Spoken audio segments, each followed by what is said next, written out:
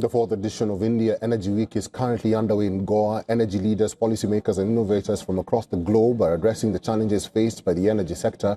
They are calling for solutions for a sustainable future. In 2023, India launched Global Biofuel Alliance on the sidelines of the G20 summit it hosted. The bloc was launched with Brazil and the United States to further advance global adoption of biofuel as a sustainable measure. 19 countries and 12 international bodies are part of this multilateral alliance. WION's correspondent Dharamjot Kaur spoke to top officials of the Global Biofuel Alliance.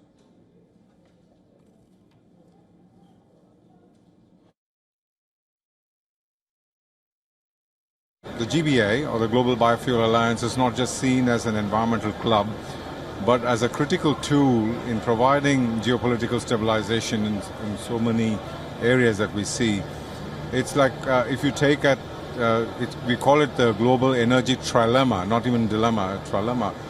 We are looking at a threshold or an intersection where we have come at the right end, come in at the right time, where we're able to provide a critical solution as a tool for the trilemma. When we talk about trilemma, we're talking about sustainability to the planet.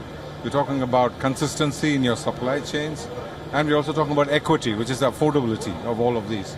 So GBA plays a very strong role in all these three areas, not just among our member countries, but also the industry. Energy independence and, of course, multilateralism, in my opinion, they go hand in hand. So if you are responsible enough to be self-dependent, then you become a very responsible partner in multilateralism. Multilateralism is about partnerships. So if you're able to the more independent you are, the more energy sovereignty you're able to govern, then you're able to provide that kind of support to multilateralism.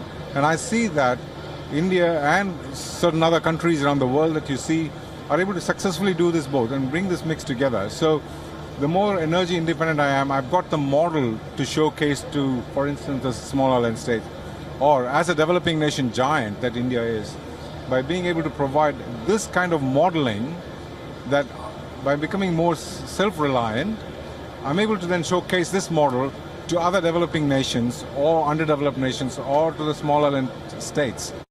It's not possible to 100% replace the fossil energies, because over 100 years of dependence and the flexibility of logistics, these are very important for whatever way you can say, whatever blame you would do this fossil, but you just can't do activities without fossil energy. But whatever best possible, like today India is doing 20% blending in ethanol, in petrol, and which was only 1%, even less than 1% in 13 years back, in 2012, when I took over ethanol journey for the country as a coordinator, and Ministry of Petroleum, the interactions with that, and the Prime Minister's office. So this has become a journey which in 12 to 13 years time, from almost 1% came to 20%.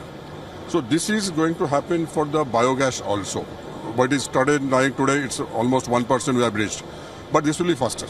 Because, by the time the technologies, then, blockchain technologies, then artificial intelligence, all those things are coming in that logistics.